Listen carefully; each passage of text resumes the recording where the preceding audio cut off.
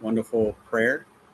And we'll go ahead and move on to our next segment, which will be the Lectio Divina, which is Latin for divine reading. So if you're joining for the first time, what we do in Lectio Divina is we meditate on a verse and we ask God, what is it that he's trying to tell us through this verse? And then we try to use that in our daily lives. So with that being said, tonight's Lectio Divina will be Ephesians chapter 5, verses 31 and 32. Again, that's Ephesians chapter 5, verse 31 and 32. Well, let's get into the word. Word of the Lord. Thanks be to God. Your servant is listening. Sorry. It says, "For this reason, a man shall leave his father and mother and be joined to his wife, and the two shall become one flesh. This is a great mystery, but I speak in reference to Christ and the church." Word of the Lord. Thanks be to God. Let me go ahead and read it again a little slower. Lord, speak, and your servant is listening. "For this reason, a man shall leave his father and mother and be joined to his wife, and the two shall become one flesh. This is a great mystery, but I speak in reference to Christ and the church." Word of the Lord. Thanks be to God. So right now, I invite you to close your eyes and take a moment and let those words sink in, and we'll come back and share.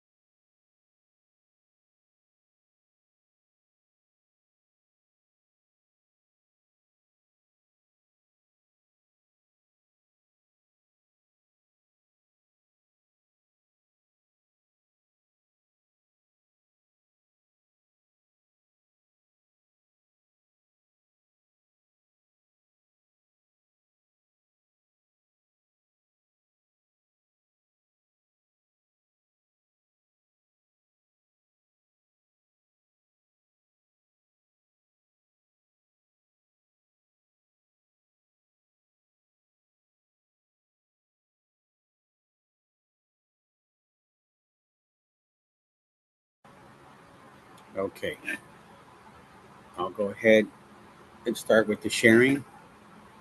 Um, for myself, when I hear this passage, it's easy to think that it's just about marriage, but St. Paul, because it's written by St. Paul, St. Paul tells us that there's something even deeper. That marriage is a reflection of the incredible love between Christ and His church. Jesus doesn't love us only when we're doing well, right? He stays faithful to us when we stumble or when we fail at things or when we need Him the most. Myself, I like to think about it like, one of my favorite pairs of shoes. The longer you wear them, the more signs of life they'll show. There's the scuffs and the scratches, and if you're like me, sometimes even the duct tape, because I'm so attached to some of my shoes. But we wear them, or I wear them, because they're a part of the journey, of a much journey that we have, but in a much greater way. Christ, He doesn't throw us away because we're imperfect. He continues to love us, restore us, and continues to walk with us. So, for myself, this passage challenges me, and it hopefully challenges all of you guys. That and it's not just for married couples. We're a reflection of Christ's faithful love in our families, in our friendships, the ministry that we are a part of, and even at our workplace. So, you know, this message is, or this verse is you know, talking to me and asking me, am I patient uh, when someone disappoints me? Uh, do I choose forgiveness instead of, keeping a grudge? So this verse just reminds us that Jesus reminds us that the real love isn't based on just feelings alone. Real love is a decision that for us to remain faithful, to serve like we do here, and to give ourselves as Jesus gave Himself. So that's what this verse means to me, and it would hope would anyone like to share.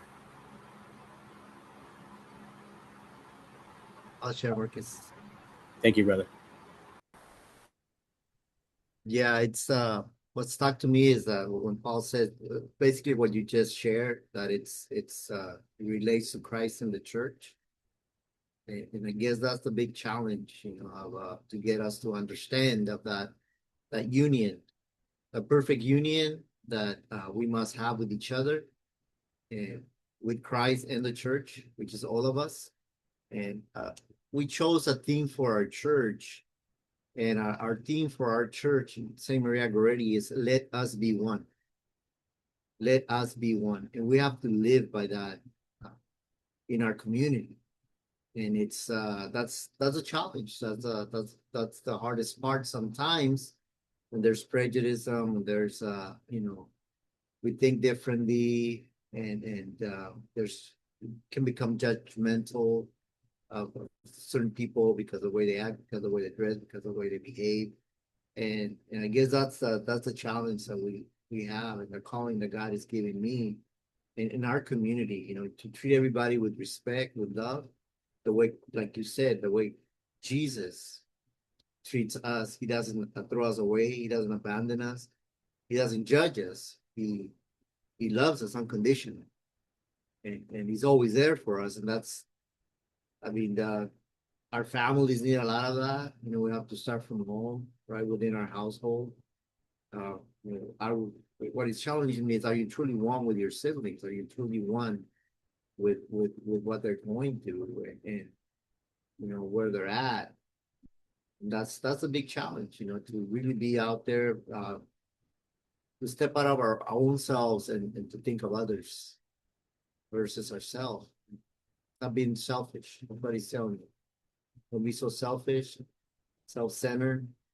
We have to be out there. We have to be out there caring more, loving more, and reaching out to those who are in need.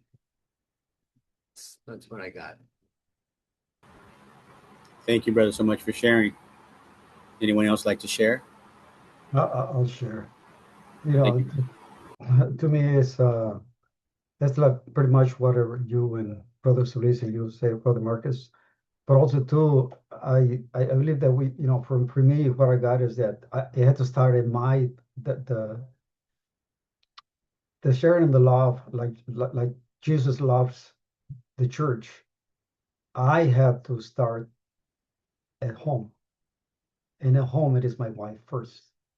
Because if I do not honor and love my wife first, how can I share that with somebody else?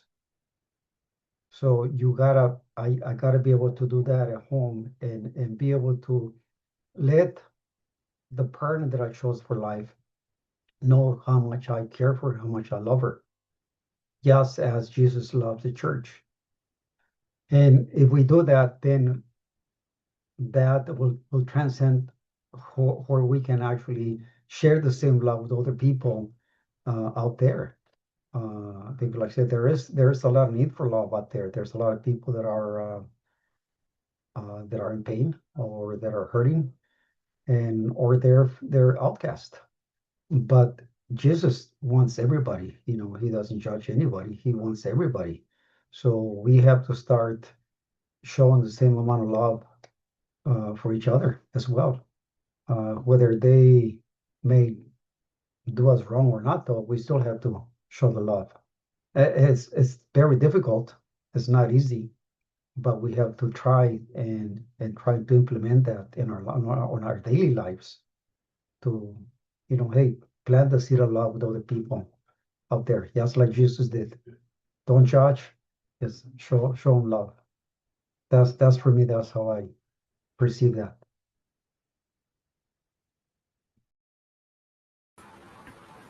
Thank you, Brother Nacho, for sharing. At this time, we'll go ahead and move to our next segment, which will be the talk given by Sister Yoli.